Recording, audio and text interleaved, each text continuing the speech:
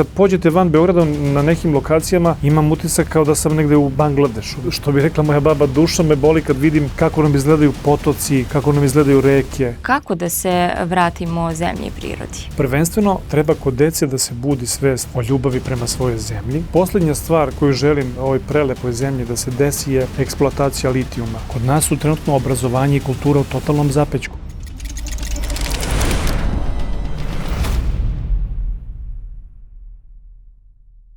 Gledate emisiju Kompas. Ja sam Đurđa Marković, a naš gost je glumac Branislav Tomašević. Dobrodošli. Bolje vas našao. Predlažem da na početku razgovora čujemo jednu anketu. Zašto da ne? Kakva nam je ekološka svest u Srbiji?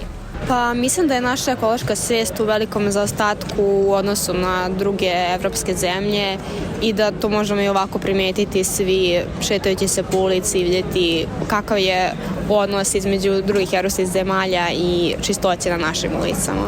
Po meni je u nekoj polovini populacije kao nekim mlađim ljudima probuđena, kod nekih starijih ljudi možda malo onako zanemaren. Pa što se tiče ekološke svesti u Srbiji, mislim da nekako svi to stalno čujemo, svi pozivaju na to da treba da budemo ekološki svesni, ali opet kao da se samo o tome priča, ali niko ništa konkretno ne radi. Pa mislim da je naša ekološka svest u velikom problemu, zato što ne postoji još neka primarno obrazovanje u vezi ekologije i ekološke svesti. Pa iskreno ja mislim da nam je ekološka svest skoro pa nikakva. Mislim, trenutno nemamo snimaka, ali ako bismo pogledali oko sebe na ovom betonu, svugde ćete vidjeti opuške od cigareta i to je samo jedan od primjera koliko mi zapravo ne brinemo o našoj okolini. Bojim se da je na vrlo nezavidnom, čak na zabrinjavajućem nivou. Problemi su kao prvo što se u prosveti ljudi ne trude da ekološki osveste narod toliko i jedino kako ovo može da se popravi u zadnje, da udariš čoveka po džepu. Nažalost, takav je sistem vrednosti i takvo je vreme. Kako vam se čine odgovori mladih ljudi, kakva nam je zaista ekološka svest? Pa mislim, drago mi je da ipak ljudi shvataju u kojim okolnostima živimo, a ja bih mogao, kad je sve što je vezano za ekologiju, da samo iskoristim najteže moguće reči. Da je stanje zastrašujuće, da je prosto neodrživo ovakvo funkcionisanje i mislim da naša sredina i država prvenstveno mora mnogo ozbiljnije, vapi za promenama, priroda vapi za promenama nekim u posvećenosti ljudi ka brizi o prirodi i tu prvenstveno država treba da odigra glavnu ulogu, a to je znači da pored podizanja svesti o ekologiji i kod mlađih i kod starijih generacija, gde sam siguran da je svakodnevno potrebno sa televizija, sa državnim frekvencijama i čak i na društvenim mrežama na kojima su ljudi svakodnevno, ljude usmeravati na pravila ponašanja prema životnoj sredini i prema prirodi. Prosto ta svest je na jako niskom nivou trenutno. I apsolutno se slažem sa nekim od ovih ljudi koji su dali svoje izjave da su neophodne kazne. Jer čak i na zapadu, kada ne bi postojale neke strožije sankcije, ne verujem da bi se ljudi mnogo drugačije ponašali nego što se ponaša naš narod trenutno. Ali oni znaju da će za to biti sankcionisani i da će morati plate veliku kaznu ako naprave neki prekršaj. U ovom slučaju vezan za brigu o ekologiji i oni zbog toga jako paze. Tako da sam siguran da bi takve mere vrlo urodile plodom i kod nas i mislim da su to neke prve važne stvari koje treba da se preduzmu. Da možda čak i u našem zakonu postoje dobre odrednice na koji način se treba voditi u brizi o prirodi, ali se ne primenjuju. Suština je u primjeni tih, ne znam kako da ih nazovem sad, ali eto, važnih stvari na koje treba da obratimo pažnju kada je ekologija u pitanju. Mi, na primjer, imamo te neke komunalne inspekcije. Ja zaista ne znam šta je njihov posao. Mislim, nisam ovde da bih bilo koga kudio, ali prosto mislim da je mnogo važnije da neki komunalni inspektor ili već komunalni policajac umesto da se izživljava na nekoj baki koja je stavila 10 jaja pola metra od predviđenog mesta na pijaci, da je mnogo važnije da se prošeta da ode na ovaj Surčinski put, na primjer, ili na Smederevski put i da vidi koja količina đubreta se nalazi. Mislim, ne treba da se ide toliko daleko, nego samo kažem, prosto kad pođete van Beograda na nekim lokacijama, imam utisak kao da sam negde u Bangladešu, mislim, u nekim najprljavijim zonama na planeti, gde se poslednja stvar o kojoj se misli je životna sredina i briga o prirodi. Su užasne stvari. Pa mene, što bi rekla moja baba, duša me boli kad vidim kako nam izgledaju potoci, kako nam izgledaju reke, kako nam izgledaju zelene površine pored saobraćajnica. To je nepodnošljivo. Pa valjda je lepše da kad prođeš ulicom da ti bude sve čisto nego da vise kese po drveću i da je svuda đubre na sve strane. Naravno. Država je Možda sam previše emotivan. Država je pre 2 godine nakon pritisaka građana zaustavila projekat Jadar kompanije Rio Tinto. Da li to znači da se ipak te ekološke svesti setimo kad nam narodski rečeno gori pod nogama? Pa postoje ljudi koji su uvek svesni toga, ali mislim da na širem planu je verovatno tako. I poslednja stvar koju želim ovoj prelepoj zemlji da se desi je eksploatacija litijuma. Mislim da je to jedan projekat koji nikako ne bi smeo da se desi. Posebno u zonama gde imamo najveće zalihe pijaće vode, koje ne bi bile samo dovoljne za Srbiju ili za Vojvodinu, koja mahom nema pijaću vodu, nego čak i za širu oblast Evrope. Prosto zalihe tih podzemnih voda u Mačvi su tolike da mogu da opskrbe i mnogo veći prostor od same Srbije i Vojvodine. Ali to je blago koje treba da čuvamo za sebe. Naravno, sutra to možda bude i privredni resurs u smislu pakovanja i prodaje vode, jer sad ulazimo u situaciju, ja sam pre neki dan baš video neku emisiju da Barcelona, na primjer, ima užasan problem sa vodom. Ljudi više nemaju vode. I to će biti glavni problem u budućnosti. Zdrava hrana i pijaća voda. Mi još uvek imamo sačuvane prirodne resurse, nemamo toliko zatrovanu zemlju i imamo blago u toj pijaćoj vodi i u tim izvorima koje hoćemo da uništimo sad zarad neke instant zarade koja će trajati 20-30 godina. I šta će biti posle?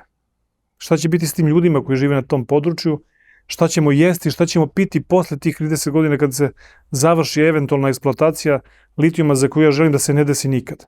Ja zaista vrlo emotivno doživljavam sve to, jer naši dedovi su davali živote za ovu zemlju, a dolazimo u situaciju da se sad, da o tome više niko ne razmišlja, sad svi razmišljaju kroz profit.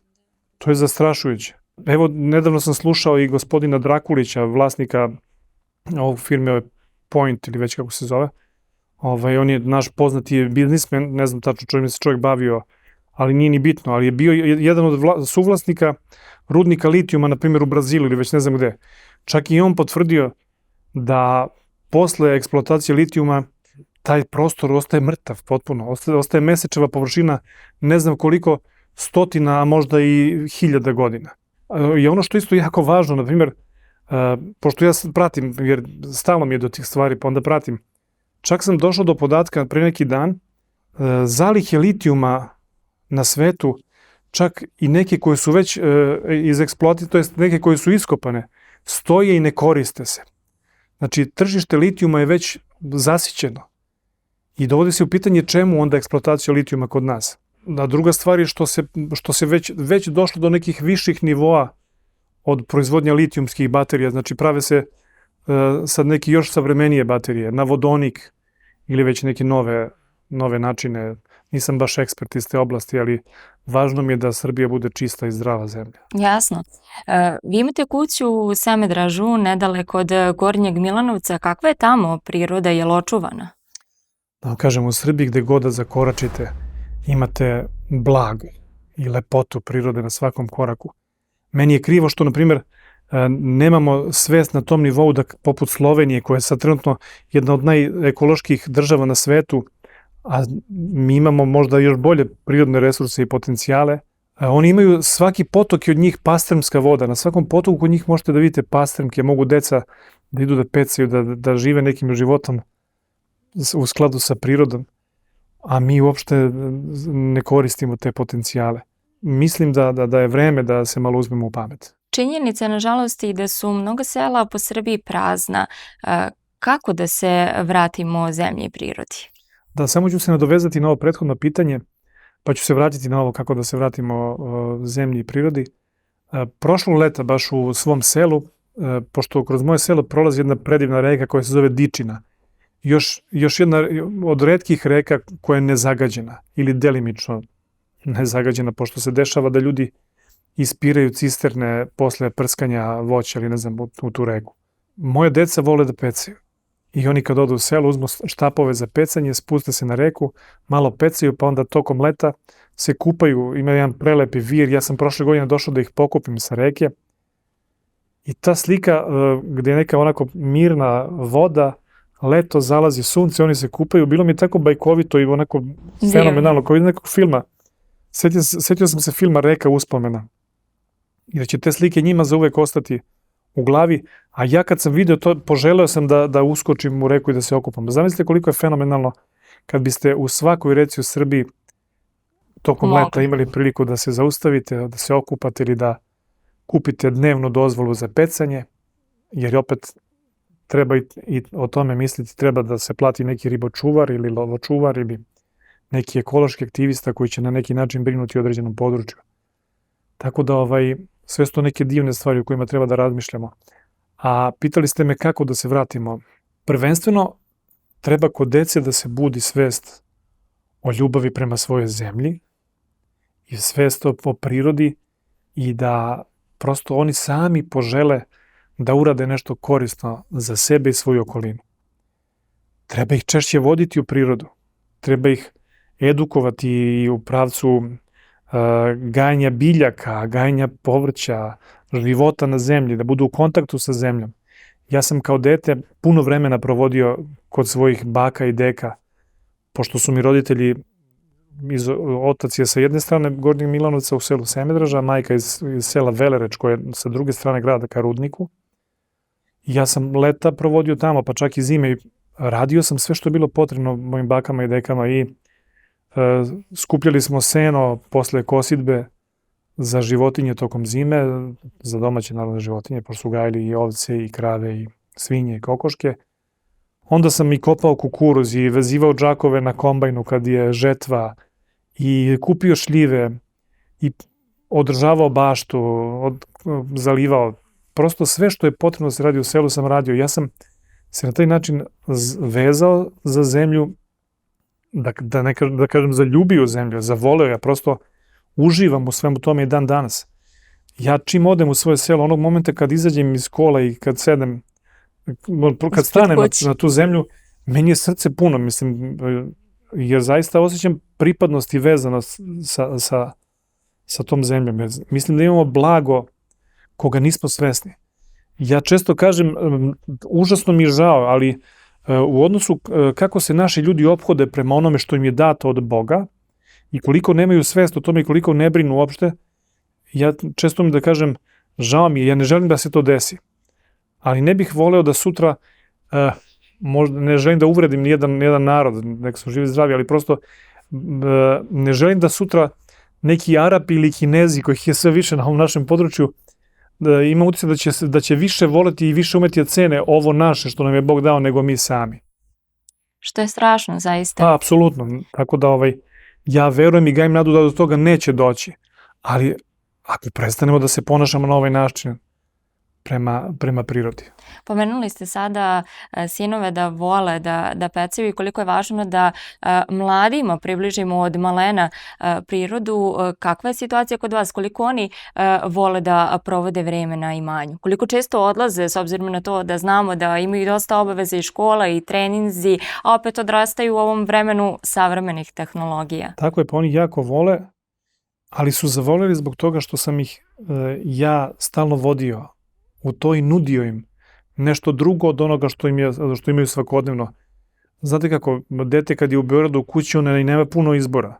Kad se vrati iz škole, ako mu ne ponudite neke treninge ili još neke druge aktivnosti, ono će, jer je takvo vreme, sigurno ukrasti ako nema svoj babin ili roditeljski telefon i onda će gledati neke video sadržaje ili će gledati neke televizijske programe prikladne svom uzrastu, pa često i neprikladne za određeni uzrast. Zbog toga im treba nuditi nešto više, nešto drugačije, treba ih izvoditi u prirodu. Mi često volimo da se pohvalimo i ja volim da putujem, apsolutno. I treba putovati, upoznavati svet da biste više voljeli ovo što imate ovde i da biste bolje brinuli o svemu ovome. Ali mi često odputujemo, ne znam, na neke daleke destinacije, a nemamo pojma šta se nalazi oko nas i u našoj zemlji, kakva blaga. Imamo i koliko fenomenalnih mesta koje treba videti u Srbiji. Ja uživam, ne znam, kad odem na Južni Kučaj, ovde ljudima kad kažem Južni Kučaj, 90% u Srbiji ljudi nikad nije čulo za Južni Kučaj, nemaju pojma, a Južni Kučaj je najveći šumski kompleks u Srbiji. Pa, na primjer, na tom terenu Južnog Kučaja se nalazi jedan prirodni fenomen koji se zove, na primjer, prskalo. Jedna šiljata, špicasta stena sa čijeg vrha pada voda. I sad, kao da ste nekim cevima doveli vodu baš do te ivice, to je sve priroda stvorila. To mi sad prvo palo na pamet, ali takvih mesta u Srbiji ima sijaset. Pa evo, prošle godine smo imali situaciju da se jedan fenomenalni izvor blizu, negde oko Petrovca na Mlavi, sad ne mogu da se setim kako se tačno zove, ali neko vrelo, čini mi se, je potpuno devastirano jer je ne znam na koliko metra odatle rađena bušotina za neku eventualnu eksploataciju nečega. Mi moramo da osvestimo mnogo više u našim glavama neinformisanim koliko je važno da te neke prirodne dragulje koje imamo mnogo više čuvamo. Da se prosto ne dozvoli da se na takvim mestima koje su zaista dragulji prirode rade neke stvari koje će uništiti potpuno prirodu. Znači, od uvek se u Srbiji kopa ruda i verovatno će se i kopati, ali prosto moramo da više brinemo o tome koja će se ruda kopati, na koji način će se kopati, koje količine će se kopati. Ja imam utisak da se u ovom momentu tome vrlo površno pristupa i da suštinski ljudi koji treba da znaju šta se tu dešava često nisu svesni koje količine rude i šta se sve iznosi. Jedan prijatelj, nažalost se upokojio nedavno, koji je bio direktor, na primjer, rudnika olova i cinka na rudniku, mi je rekao da se, a verovatno su to primjeri i u Srbiji, da se tu nemilosrdno eksploatiše, na primjer, ruda. Mnogo više, verovatno, od nekih planiranih godišnjih tih kapaciteta ili već šta je Ja sam siguran da se to isto događa i u Boru, i u Majdanpeku i na gomili drugih još mesta. Prosto nisam ekspert iz oblasti rudarstva da bih mogao da pričam preciznije o tome, ali ovo treba da spada u domen opšte kulture i opšte brige o zaštiti nacionalnih resursa. Pomenuli ste da češće putujemo po Evropi nego što poznajemo samo Srbiju. Čini mi se da su naši ljudi najviše upoznavali Srbiju za vreme COVID-a kada nisu ni mogli da putuju negde dalje. A kako bi to moglo se promeni? Ko treba da probudi tu neku svest i zapravo želju ljudima da najprije upoznaju naša blaga pa onda i sva ostala? Pa vidite, stvari o kojima se najmanje vodi računa su obrazovanje i kultura. Kod nas su trenutno obrazovanje i kultura u totalnom zapećku.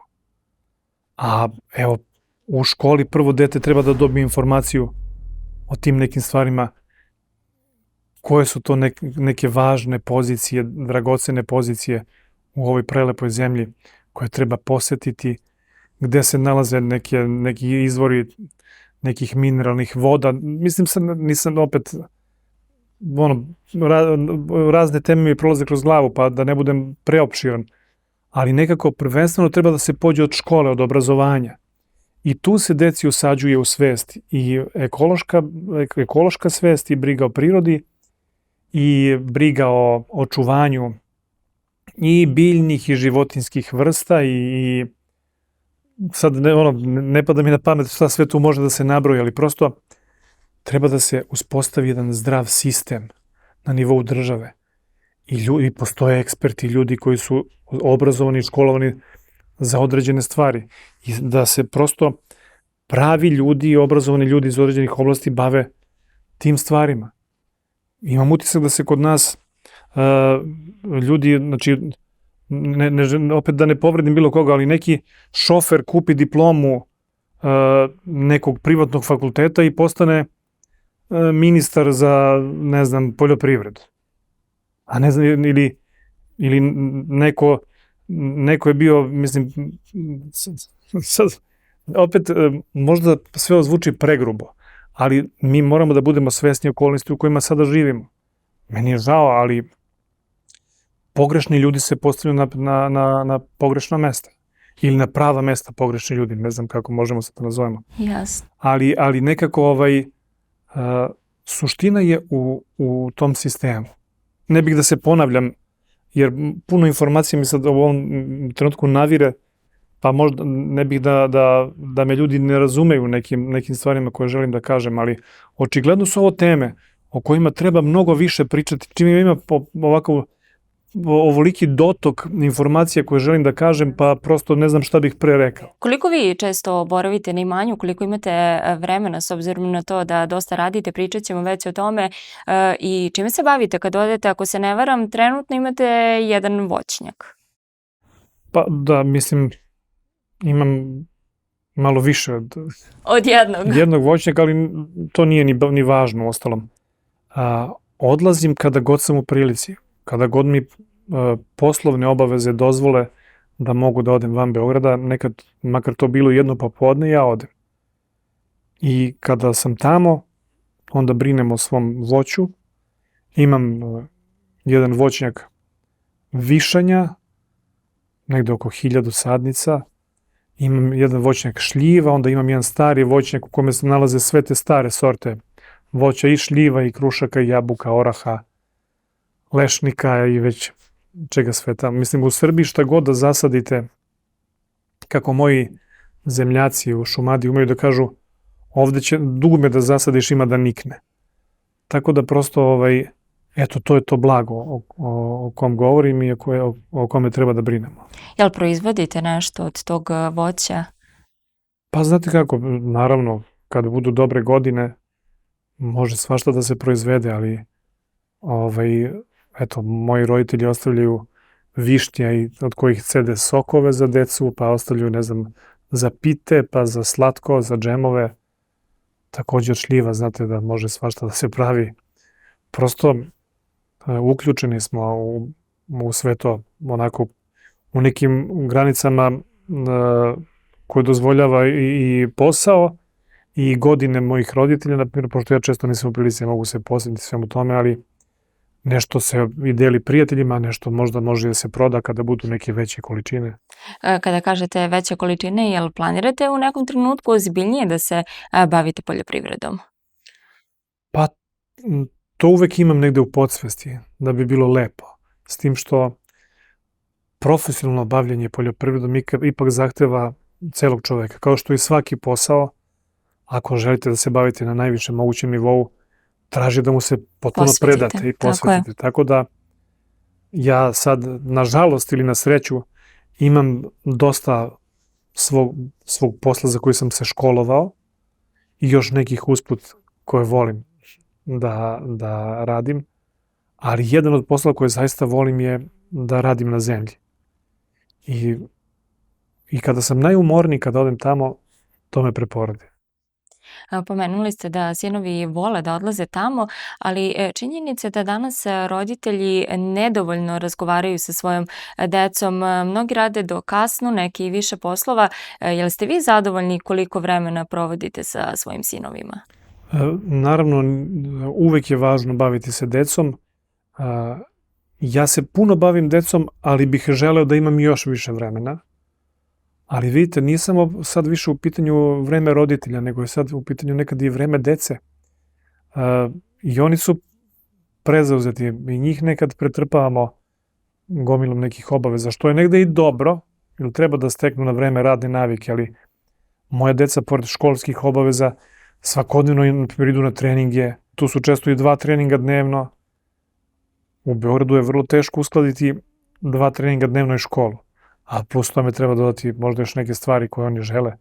Tako da, ali u svom tom vremenu zauzeća i roditeljskih i dečjih, ja i moja supruga uvek nađemo vremena da sednemo sa decom, da sa njima razgovaramo na razne teme i o školi i o nekim planovima za budućnost i o trenutnom stanju i prosto o nekim problemima, jer treba se baviti decom. Jer ako se mi ne budemo bavili svojom decom, neko će se sigurno pozabaviti njima, da li kroz telefone i kroz društvene mreže ili kroz neke crtane filmove, ali neko se i na taj način bavi našom decom. Znači, nekad ih treba otrgnuti od tih nekih pogrešnih sadržaja i usmeriti ih u nešto što je zdravo, što je kvalitetno, što je vredno. Jel uspevate da ispratite šta je to što pretražuju i da li im ograničavate korišćenje mobilnih telefona? Ne ograničavam im u smislu da sad ne postoje sadržaji koje prosto svakodnevno pričam sa njima, a oni su vrlo otvoreni prema meni i prema mojoj supruzi i mi znamo šta oni prate. Tu nema nekih banalnih stvari. Drago mi je što ne vole da prate ni ove reality programe koji su vrlo prisutni. I to je isto jedna od tema poput ekologije kojom se ozbiljnije treba pozabaviti. Ako ti programi nekoga zanimaju, oni mogu da postoje na nekim odvojnim kanalima koje će neko posebno platiti da gleda, a ne da na državnim frekvencijama u udarnim terminima gledamo primitivizam, banalnost, bahatost i sve ono što se posle preliva u svakodnevni život gde ljudi misle da je to normalno ili oni koji su manje obrazovani pa prihvate taj model ponašanja, pa imamo na ulici svakodnevno svađe, tuče, maltretiranja, jer ljudi usvajaju te neke iz tih odvratnih sadržaja najružnije moguće stvari. Nije bez veze bilo ranije što je na televiziji bila ozbiljna cenzura pa da nije sve moglo ni da prođe. Apsolutno. Mislim, to su stvari kojima mora da se bavi ozbiljno. Ali to opet se vraćamo na državu, na neke ljude koji su tu da brinu o svemu što je vezano za naše društvo. Šta su vam prioriteti u vaspitavanju? Pomenuli ste da vam je važno da razgovarate o svim temama sa njima. Šta su vam to još prioriteti? Treba decu usmeravati na to da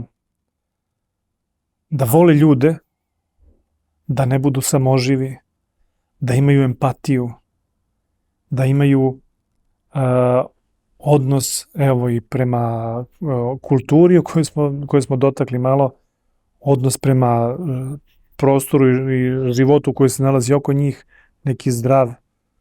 Prosto gomila je tema o kojima se uopšte ne bavimo i ne dotičemo ih. Ove godine, ako se ne varam, proslavit ćete 18 godina braka. Šta je za vas porodica? Pa za mene je porodica blago. Što vam daje suštinu, što vam daje podsticaj za život, motiv, ono što bi trebalo da bude osnova za sve ovo o čemu mi govorimo sada. Jer kada se porodica i u okviru porodice bavimo ovim temama, onda će biti i društvu lakše da pakuje neke zdrave generacije.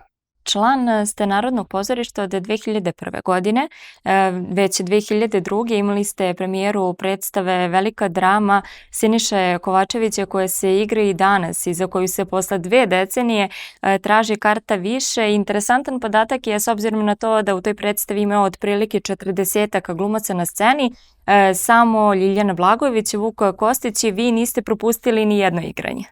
Tako je. Velika drama je zaista jedan pozorišni fenomen, mogu slobodno tako da kažem. To je, mislim, najdugovečnija dramska predstava na beogradskom repertoaru za koju neke moje generacije znaju. Možda je ranije bilo nekih dugovečnih, ali 22 pune godine ili 23 sezone, čak možda i 24 sezone smo zakačili. To je zaista za dramsku predstavu jedan impresivan broj. Igrala se predstava Buba Uhu skoro 40 godina, ali to je bila komedija. Jest. Ipak Nikola Simić, ako se ne varam. Na komedije ljudi rađe odlaze. Ali Velika drama je posebna i po tome što ljudi i posle toliko godina igranja dolaze i po 10-15 puta da je gledaju, što se još uvijek igra na kartu više i zaista ima neku posebnu emociju nosi ta predstava.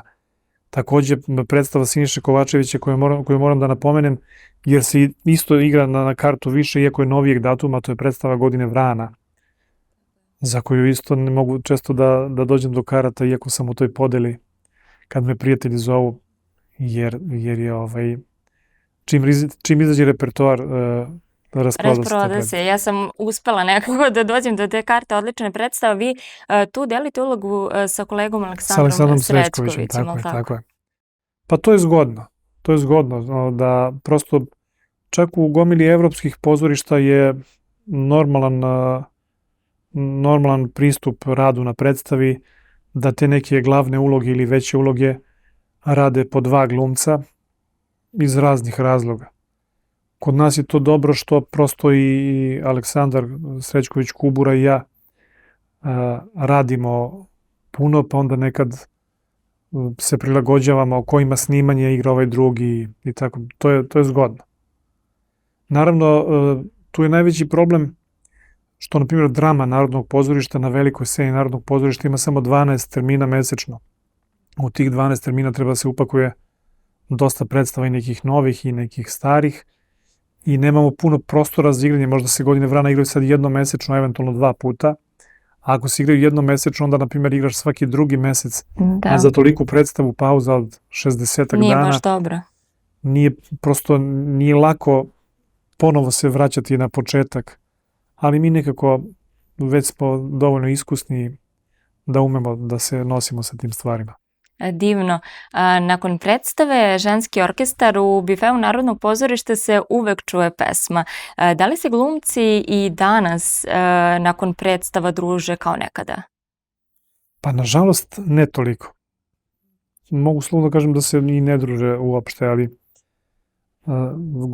to jest predstava o kojoj ste sad pomenuli, to je Ženski orkestar, je zaista posebna po tome što se ceo ansambl posle predstave popne na 4. sprat u naš klub, gde ostanemo da se družimo, nazdravimo i zapevamo. Što nekako postalo normalno za Ženski orkestar. I to je jako važno, jer pozorište nije samo ono što se dešava na sceni. Ja sam imao tu sreću da kad sam došao u pozorište, da sam zatekao zaista plejadu velikih imena srpskog glumišta, pa sam imao sreću da, na primjer, delim garderobu sa Đuzom Stojiljkovićem i Borom Todorovićem, da radim i sa Perom Kraljem i sa zaista neverovatnim brojem imena koji su ljudi i sa filma i sa televizije. I sada je vrlo dragoceno to što mogu da delim scenu, evo, na primjer, u Godinama vrana i sa Brikom Krivokapićem, Miodragom Krivokapićem i Perom Božovićem, Ljiljom Blagojević, zaista nekim fenomenalnim glumačkim imenima. Mislim, drago mi je, pomenuli smo veliku dramu. Tu su u toj prvoj podeli bili i Mrgud Radovanović, i Ružica Sokić, i Rado Đuričin. Zaista mi je drago što sam imao tu sreću da radim i sa tim nekim svevremenskim imenima srpskog glumišta i televizije i filma i pozorišta. Divno, zaista. I u vašoj kući se uvek čula pesma, pa nije neobično što ste se pre nekoliko godina našli u ulozi muzičara. Koliko vam je muzika na taj način ulepšala život? Pa evo vidite, čim sam se osmehnuo na pitanje, to je već dovoljan znak da mi muzika, pored porodice i prijatelja i nekih još stvari koje me čine srećnim, apsolutno muzika je jedan od tih ugaonih kamenova koja donosi neku lepu energiju u moj život i nekako mi je žao što nisam više i češće posvećivao tome, ali eto, došla je prilika i za to, tako da sad koristim sve više priliku da se bavim muzikom, da snimam pesme koje mi se dopadaju i to ljudi prepoznaju na jedan divan način. Nedavno je izašla i jedna pesma koja nije bila u ovoj grupi pesama koju sam do sada snimio. Ja sam do sada snimio 5 pop singlova. To su onako pesme koje su se meni dopale, neke pitke, lepe melodije. Ali se desila ta pesma koja se zove Noćas pijem, koja je prava kafanska pesma i na koju ljudi reaguju sa nekom posebnom emocijom.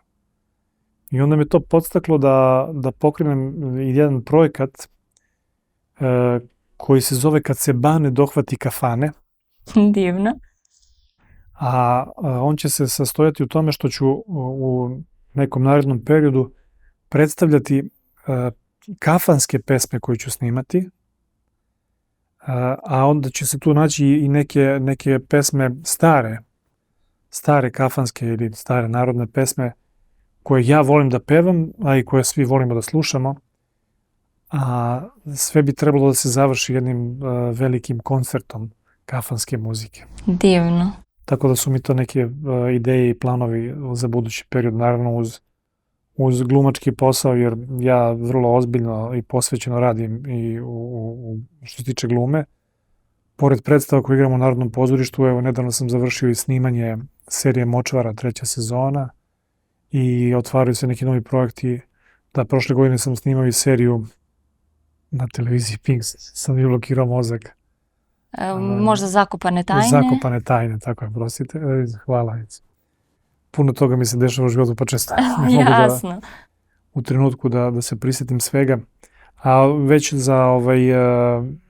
za ovu godinu imam u najavi isto nekoliko projekata, tako da, eto, stalno se nešto dešava. U poslednjih nekoliko godina se dosta snima, čini se da ima posla za glumce. Pa da vam kažem, na primjer, evo, to sam baš pre neku noć posle predstave pričao sa kolegama. Ja malo zavidim ovim mlađim generacijama sad, jer mi kad smo završili akademiju, dobiti seriju ili film, pa to je bila naučna fantastika. To je bilo na nivou incidenta, kako me da kaže Siniša Kovačević. Prosto nije bilo toliko posla i nekako smo bili posvećeniji malo. Ne želim da kudim nove generacije, ali imam utisak da su se malo ušuškali u tome da snimaju sad, pa često nekim poslovima u pozorištu, recimo, pristupaju malo površnije nego što bi trebalo. Ali opet ne treba ni njih kriviti. Mladi su, ima vremena, pa će naučiti. Možda nisu dobili priliku da prođu kroz neke prave procese, ali ja kad sam došao u pozorište, kad sam počeo se bavim glumom, na šta bi ličilo da ja zakasnim na probu na kojoj me čekaju Ciga Jerinić, Pera Banićević, Predrag Ejdus, Marko Nikolić, Boris Komnenić. Namerno sam nabrojao sve ove velike glumce koji, nažalost, više nisu među nama. I to je neka srećna okolnost da sam imao priliku sa svima da radim. Prosto kada dođete među takve ljude, onda vas i te okolnosti teraju da se ponašate odgovorno i profesionalno. A danas mislim da, mi smo to umeli nekako da cenimo, danas mislim da mlađe generacije, opet ne želim da pričam, nije ovo loše govorenje o njima, okolnosti su takve i kultura se degradira negde i srozava se važnost kulture. Mene to pogađa. Ja sam pre nekoliko dana čuo neke izjave vezane za glumce i vezane za kulturu i uopšte za kulturne umetnike, da se umanjuje se vrednost važnosti kulture, vrednost važnosti glumaca. I to je porazno. To je porazno. Jer na taj način se društvo uvodi u jedan pogrešan mod, da je važnija banalnost i primitivizam. I zbog toga se pretvaramo u neko društvo koje ne bismo smeli da budemo. Tako da ima puno stvari na kojima treba raditi, ali ja sam čovek koji je uvek veruje u lepše i u pozitivno i u bolje, tako da verujem da će doći i taj moment. Da nećemo pričati na ovaj način. Pomenuli smo pesmu U noći spim, pre 2 dana izašao spot. Pomenuli ste i taj koncert koji vam je u planu, a što se tiče albuma, da li ima nekih možda novina? Pa eto, naravno, ja neću stati posle svega ovoga, već sam onako ozbiljno zagrebao i taj muzički segment.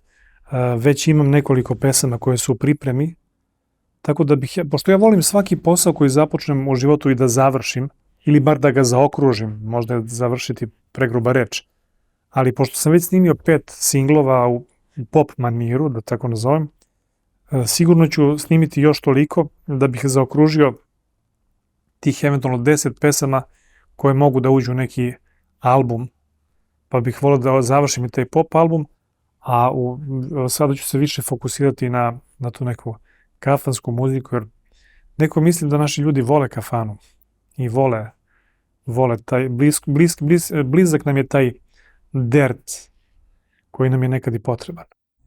Mnogo vam hvala na razgovoru, bilo mi je veliko zadovoljstvo. Hvala i vama i eto, vrlo ste me motivisali svojim pitanjima. Verovatno ima puno toga nerečenog, ali eto, možda će biti nekih drugih prilika. Svakako. Hvala i vama, poštovani gledaoci, što ste nas gledali. Podržite naš rad tako što ćete zapratiti naš YouTube kanal. Lajkujte nas na društvenim mrežama i posetite naš portal, a mi ćemo potragu za kompasom pravih vrednosti nastaviti u sledećoj epizodi.